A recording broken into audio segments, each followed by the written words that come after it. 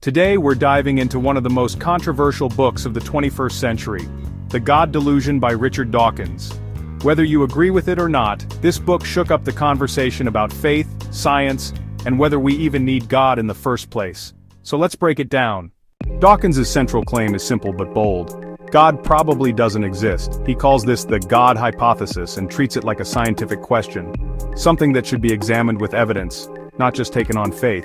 Instead of God explaining life and the universe, Dawkins argues that evolution and natural selection already do the heavy lifting.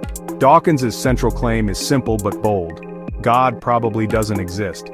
He calls this the God hypothesis and treats it like a scientific question, something that should be examined with evidence, not just taken on faith.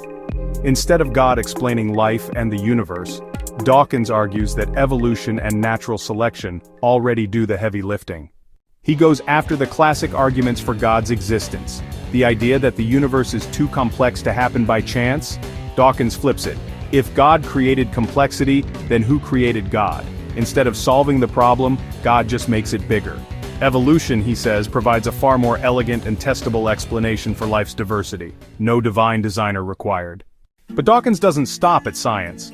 He also argues that religion, while comforting to many, can actually be dangerous. He points to wars, intolerance, indoctrination of children, and even restrictions on free thought as examples of how faith can divide people rather than unite them. For him, believing without evidence isn't just unnecessary, it can be harmful. Then comes the big question: if there's no God, where does morality come from?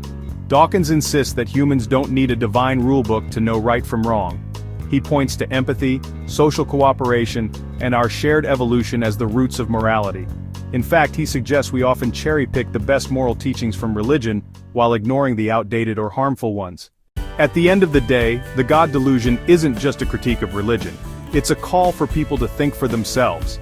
Dawkins wants us to embrace science, reason, and curiosity, and to see that meaning, purpose, and joy can exist without the need for a higher power watching over us. So whether you're a believer, an atheist, or somewhere in between, the God delusion challenges us to ask tough questions. What do we believe? Why do we believe it? And are we willing to rethink the answers? Thanks for watching. And let me know in the comments what you think. Is Dawkins onto something, or does he go too far?